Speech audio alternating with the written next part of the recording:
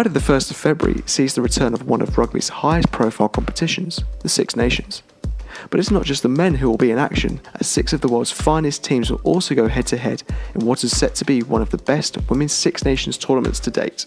Record title winners England will be desperate to avenge agonisingly losing last year's title to France, while Ireland will be hoping to cause an upset and repeat their sensational triumph from 2015. Italy, Scotland and Wales will also provide stern opposition though, with each having made major improvements since last year, so we expect the entire event to be a thrilling affair to watch. And we at SportSpiel are delighted to announce that we will be bringing you a series of specials focusing on the home nations throughout the tournament, following our collaboration with Caytoo and the 52 blog. As the event progresses, we are hoping to bring you interviews with players from Scotland, Ireland and potentially Wales, but first up is England, and my word, what a treat we have in store for you. In a SportSpiel first, we have 5 athletes on the show at one time. This includes Jess Breach, touted worldwide as one of the most exciting players around, as well as K2 athletes Katy Daley-McLean, Leanne Riley, Brown and Lark Davies. In our interview, we discuss their hopes for this year's Six Nations, how they found the first month as full-time professionals, how seriously they take the task of being role models for women and young girls across the country, and much more. Plus, we also learn who in the team is the best baker, the most likely to be a YouTube star, and the best singer. So make sure you get comfy and stay tuned for what we promise is another fantastic SportSpiel episode.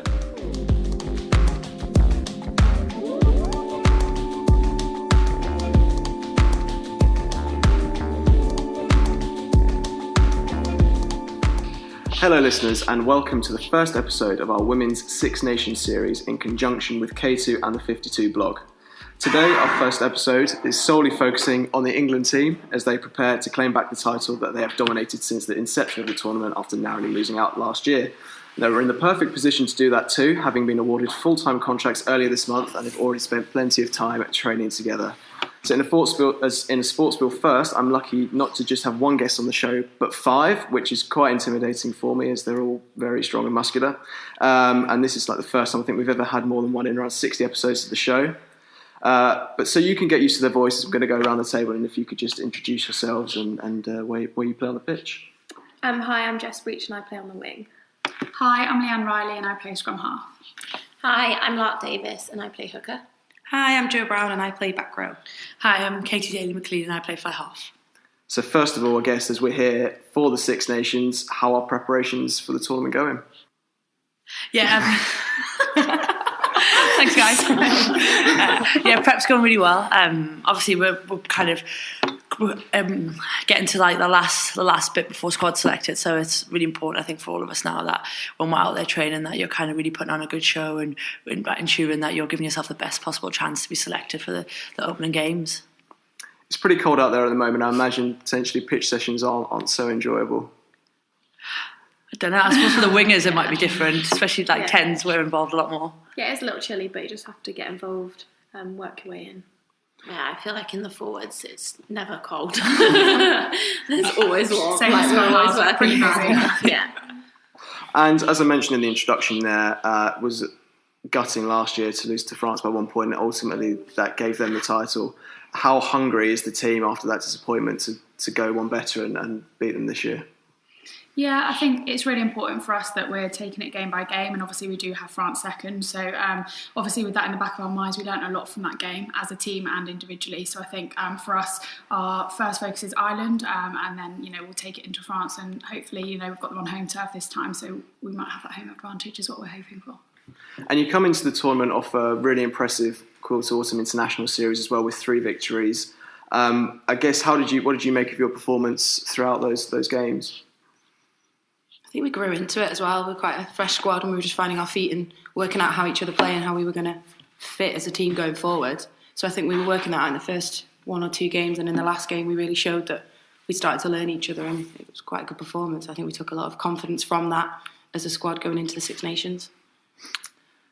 Yeah, and I think probably finishing with Ireland, like Joe said, as we built through against like USA, Canada, it was really, really good for us to get that victory, because we know obviously with our opening game of Six Nations going to Dublin will be a very, very different task for us, and a very different one for this squad who will be slightly new look again. So I think having that kind of victory in the back of our mind just gives us a lot more confidence on approaching this game. And for you, especially Katie, that first game of the series against USA was a very special moment. Aside from the weather, being there in the stands was horrendous. But aside from that, how was the occasion for you? Yeah, I mean, I couldn't have asked for anything more from my 100th cap. You know, I never really thought about it until you get to like 94, 95, and then it's in the mix, and then you start to maybe think about when it would happen. And like you say, it was a pretty wet, miserable day, but the girls were great, and just having my family and friends there really kind of topped it off. And you mentioned family and friends. Did you have a couple of special mascots as well? Yeah, so my niece and my sister came out with me as well, and it's great because they've been kind of following, especially my little sister. She's been through a lot with us as kind of rugby and World Cups and all the rest of it. So to share something nice was great. And for you newer guys into the squad coming in and playing alongside the likes of not just Katie but Rocky Clark when she was still about, and Tamara Taylor, how much do you look at them and what they've achieved, and how much do you sort of look up to them when you come in? Yeah, I think it's nice to have a really calming presence and wise heads on shoulders. So for me, in quite a pivotal role in the squad, to play alongside Katie and have the likes of Rocky being able to take us forward in that forward pack just made my game a lot easier. Not overthinking, being able to listen to their voice and calm your nerves down potentially is something that's massively helped me personally. Yeah, absolutely. Like that direction as well that you get from those like pivotal players that you sometimes as a youngster just need a little bit of just go forward, or a little bit of advice when you need it, like on and off the pitch as well, and all big characters too. So yeah, I think it's massive coming into a squad, having people there that you can go and have a chat to and that can give you a bit of direction when you're on the pitch too.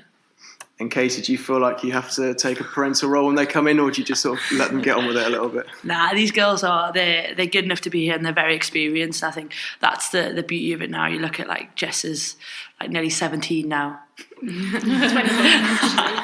But they're so much younger than when we kind of came into the squad, but you wouldn't know that. And I think that's the beauty of England Rugby at the moment. It's in very safe hands because these guys they're very, very old for their age, but they're also very experienced rugby players as well. And the beauty as well is that you guys now are getting so much more coverage early on in your careers, and people are going to start looking up to you as role models. Is that something you sort of particularly enjoy the role of and relish? It's really good. It's nice to see like younger girls like asking for your autograph or for a picture after the game, and like asking if they play and stuff, and they're really excited to watch you and then to go to training the next day and take what they've seen you play into their training session. And how much, I guess is a question for all of you, especially for you, Katie, since that 2014 World Cup victory, how much has the game grown in this country, both in terms of the number of people playing and the way it's perceived and shown on TV and social media? I think from the girls coming back from that tournament, and like personally I wasn't out there, but I knew so many people that went out there and supported the girls throughout that tournament, and the coverage they got before, but most importantly afterwards, I think is what's taken the game to the next level. The amount of media requests that come in, the fact that they won, the penultimate prize, it just put us on a pedestal, and if that was the right moment to then take it on, if we hadn't done it then we'd have missed the catch. So I think coming back, and obviously you were part of all of those media stuff, then I think it definitely grew the game, and everyone was watching. It was live on ITV, I think, at the time of that channel. So it was a massive stepping stone, and I think the viewings will only prove that in terms of how many people were tuning in to watch the games and were live at the stands as well. And when you won that tournament, were you aware of how much of an impact that had on us as the general public? No, not at all. I think you talk about like women's sport and the movement of it, and it definitely started in London in 2012, and it was getting better and better. And obviously going over to France, so you're still in Europe, you're still getting the coverage. Like Leanne says, people had come from home to watch it, but the coverage back home, it was ITV. And then I remember the next day waking up and we were like on the front pages of the Telegraph, the Times, big newspapers that weren't probably known at that time for doing big coverages of women's sport. I think for me that was a massive eye-opener to see what actually we'd done and how the perception of women's rugby had massively changed, that people thought this story was worthy of being on the front of a newspaper. And I think the big thing now is to keep that. We shouldn't be surprised at that now. It should be the norm. If women's teams are being successful, they should expect the same as what the men's teams get now. And you say there, obviously, women's teams are being successful. I think it's year on year since that 2014 victory. We've had England football at the World Cup, GB hockey, England netball, England women's cricketers. I guess for you is the aim to get your name back in there as well as a successful team sport. Yeah, totally. I think for all of us, that's a big thing for England rugby. You know, like you say, we've been close in the World Cup, close in the Six Nations. But actually for us, you want to be a number one side in the world, and we want to be doing that year in, year out, and not just kind of a couple of years and then drift off. And I think now with full-time contracts, that will be a kind of minimum standard for this squad.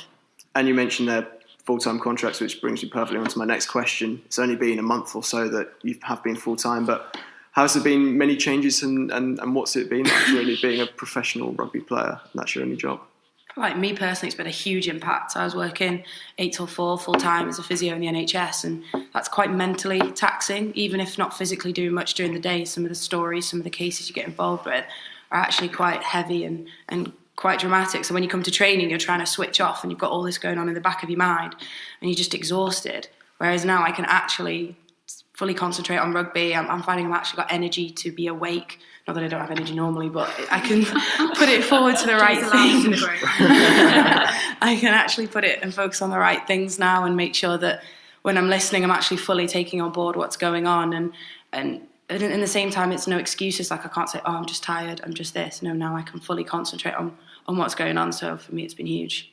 I think it gives us the time to focus on our finer skills. So obviously rugby's a big game. You've got lots of skills with positionally and, you know, together. So for us, when we're away with our clubs or in with England, it just gives us that extra time to, you know, we already do our weights, we do our speed, we do our conditioning. We've always done that with or without a full-time job. But now that we don't have those hours to have to sit in an office or be with the NHS, it gives us more time on the pitch to not necessarily run ourselves ragged, but just look at the finer details of our skill to perfect that so that when we do come together, it's much more quality. Yeah, like those 1 or 2% essentially, isn't it? That can make a massive difference. And you mentioned that obviously it's great not having to work about the office hours, but is there just a little bit of you that misses your old jobs, or are you quite happy to park them for the moment?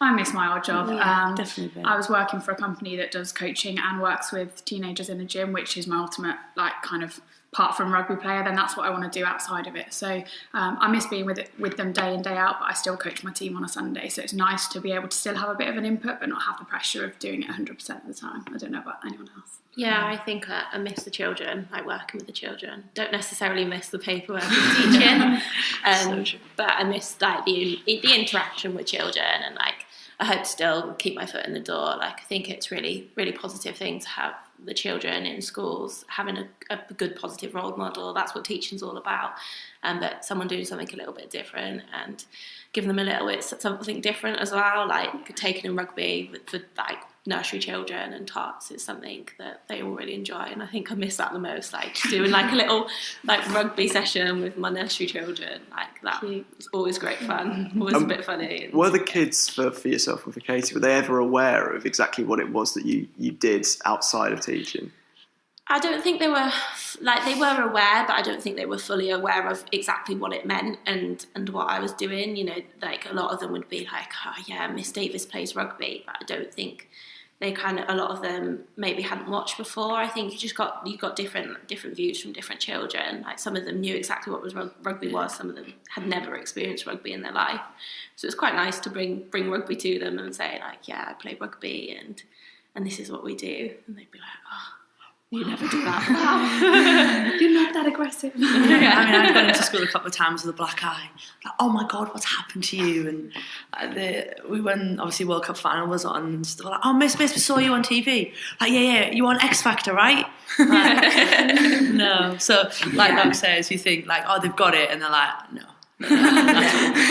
And for you, Jess, it's slightly different. You've switched from being a full-time sevens player to full-time 15s player. How easy is that transition between It's actually really hard. I think the last time I played 15s was the Premiership final in April. And I mean, in the same time I was still playing sevens. So yeah, it's really difficult, but it's just getting back into it really slowly, like going back to club, getting my hands on the ball, getting some game time. But yeah, no, it's been really fun, and the transition has been quite nice having Skaz and Mo coming back as well, so we've all done it together. And then final serious question before we get into the more fun questions. I know it's still 2.5 years away, but are thoughts already turning towards 2021 and the World Cup? I think they're always gonna, because that's the ultimate goal is to win the World Cup, not necessarily being heavily fixated on it. But if you don't work out what goal you're working towards, how can you track back and decide how you're going to get there? So I think in a way it is always going to be in the back of the mind as our main goal, but we're currently focusing on the now and how we're going to develop now so we can get there, rather than thinking about it every day. I don't know about you guys. Yeah, I think it's going to be a long journey. As Joe said, it's been clear that it is on one of our goals on our list to do, but there's a lot of goals to get there along the way. So, you've got your Six Nations, your summer tours, your autumn internationals. We've got to be building our performances, getting the less capped, more capped, and obviously working together with the experience of the squad as well. So, yeah, it's definitely, at the top of the list, but we do have clear goals that, you're not just going to get there in a day. You've got to build on things, and we've got to be able to hold ourselves accountable to make sure that we are on track in 6 months' time, a year's time, to say, are we going there as number one in the world? Because that's ultimately what we want to do. So finally, I thought I'd round off the interview with a few fun, quick-fire questions. So who on the squad do you think would be most likely to sign up to appear on MasterChef, and how far do you think they would get? Scars. Yeah, MasterChef or baking? No, she's not bad. Do you know anyone else who cooks? Who cooks or cooks well? If we were going for bacon, I'd put my hand up and be like, I'd go for it, but I'm not really. Can we have a bacon version rather than it can be make it bake-off version. Yeah. Scars and bacon. Yeah. Can we just organise that anyway? Maybe we should do that. Yeah. Scars never sent me the recipe. Please, can we organise that anyway? Because I'd happily taste test for next week. I'll put myself forward for that. Yeah, forward me back. Yeah. Over the weekend we have to bake. Yeah. Oh, I like that idea. Who in the team would be most likely to be in the public eye for another reason other than being a professional rugby player, and what would it be for? Oh, that's really hard. That's a really difficult one. Don't they like something like Poppy? Yeah. I think so. Someone a that's reality like, TV show. Yeah. Like a podcast or Totally something obscure, like that. yeah. Or like a YouTube channel. They could have like a twin thing YouTube channel. Who is the equivalent of what in the hockey world we call a badger? So someone that knows everything there is to know about rugby. Abby Scott. Poppy. Poppy. Poppy knows everything, like every stat, every game. She watches so much rugby. Watches so much. Well, she commented on Ellie's drop goal. So that's the first one in the Tyrrells Premiership. Did she? Yeah. On Twitter. She just she just wrote things. Just tagged it. Yeah. And Ellie was like, oh, nice. #stat alert. Yeah, she's stat man. Who thinks they are the best singer and who is actually the best singer? I don't know, the kids sing quite a lot, don't you? I wouldn't say we're good. But we like a lot. I think she's the best. Does she? I reckon she's like she. We like a goes rap. We like a rap song with a. You're probably up there for one of the best singers, aren't you, Lark? Sarah Burns, isn't she? Yeah, Sarah Burns can carry a tune as well. Sarah Beckett actually was singing the other day. She's quite a good pretty singer. good. She was going for it. Yeah. And final question: who spends the most time in the gym? Sarah Hunter prehabbing? Oh God, yes. Definitely. She's prehab queen. You haven't really got anybody like Maggie back in the day who would have been doing our guns in the mirror. Don't really have anybody. Shauna spends quite a lot of time in the gym. Shauna Brown. Flea is in a lot, but isn't that more for Flea? She's in the gym a lot. Aesthetically. Yeah, rather than. Well, I think that's everything covered. So I just want to say a massive thank you for giving up your time coming on the show, and best of luck for the tournament. I know we'll all be cheering you on from home. Thank you. Thank you.